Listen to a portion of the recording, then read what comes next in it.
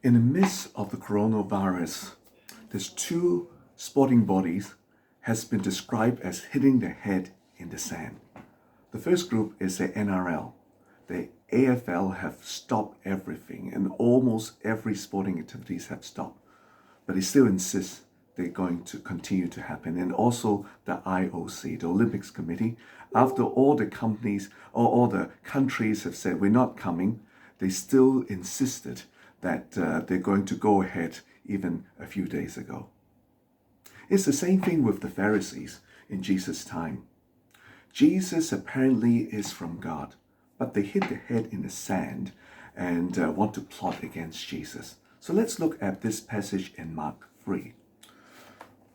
In Mark 3, verse 1 and 2, it says that the critics was actually waiting for Jesus to heal the man on Sabbath day. They expected Jesus to heal him. And where does this power come from? It comes from God. Even they know that it's God's power to heal the man, they harden their hearts.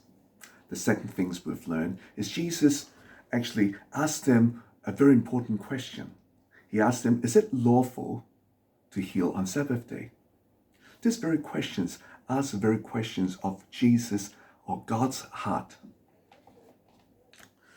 The meaning of the Sabbath is to worship God, but they turn around to actually to plot and kill people.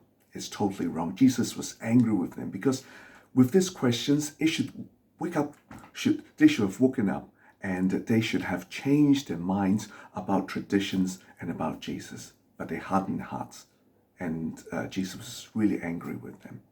The third thing I've learned is Jesus asked the man to reach out his hand. This is a man with a withered heart.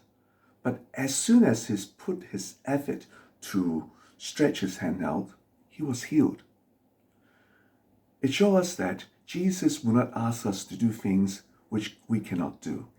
When he asks, he'll also enable us. My application today is we cannot harden our hearts to God's calling. It can be simply that God asks us to call someone up to mend a relationship, spend time with him, or doing soul journaling, which will help people to grow spiritually. If we harden our hearts not to do it, we're like the Pharisees. But opposite of that is, if a man who knows that he's weak reach out in faith to God, God will enable him. It's my prayer that, brothers and sisters, we will soften our hearts each day and listen to the voice of Jesus, and our life will be changed forever.